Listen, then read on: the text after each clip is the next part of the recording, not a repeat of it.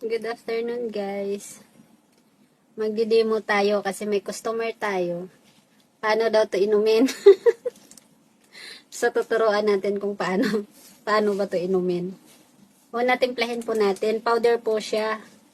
So, lagyan lang siya natin ng tubig hanggang dito. Pag may ref kayo, lagay nyo na lang sa ref para 3 araw ang nito. Tagal. 3 araw lang naman talaga to eh. Isang araw nga lang kung gustuhin, di ba? Sabi dito, sa nagturo sa atin, 3 takip lang daw ng ganito. So, panubuin natin pa. Okay. Ganyan.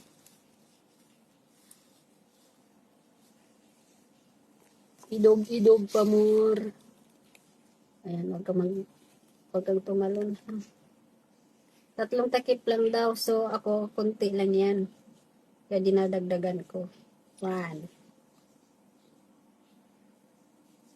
2, 3. So, ngayon, alam mo na kung hanggang saan yung 3 takip. Concentrated din kasi siya eh.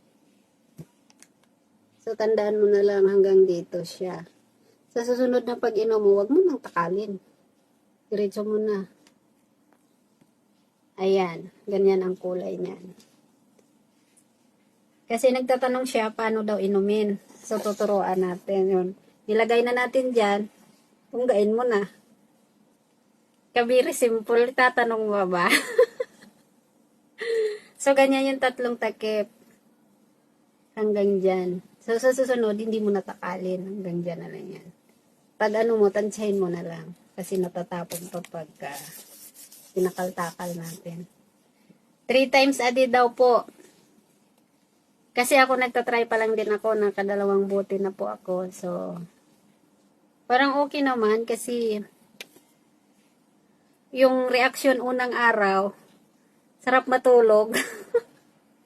Kasi nga nire-repair niya kasi yung mga kulang sa katawan natin. Minsan kulang talaga tayo sa tulog. Kasi ako may ovarian cyst ako. So, nung nagpa-check ako sa doktor, una-una, hormonal imbalance daw. So, it means nga, hormonal imbalance, kulang ka sa tulog, sa pahinga, sa kain, yung mga ganun-ganun. Stress lagi, yon. Kaya siguro, naayos niya. Kaya Lunes, signal number 9. Sarap-sarap matulog. Nakailang tulog kaya ako. Sabi ko, bakit ako lagi akong ninantok? Siguro nga pala, epekto rin siguro nitong one of the Diyos. Kasi parang epektibo din siya. Hindi ko pa ma-sure talaga. Kaya nagtatry muna ako. Kasi sa January, may schedule din ako ng ultrasound. Gusto ko malaman. Kaya, i-maintain ko muna to hanggang sa January. Sana mawala na yung ovarian cyst ko kasi ayaw ko talaga magpa-opera. Kaya, ganun. Kaya, cheer, toast na tayo. Masarap. Sarap talaga siya.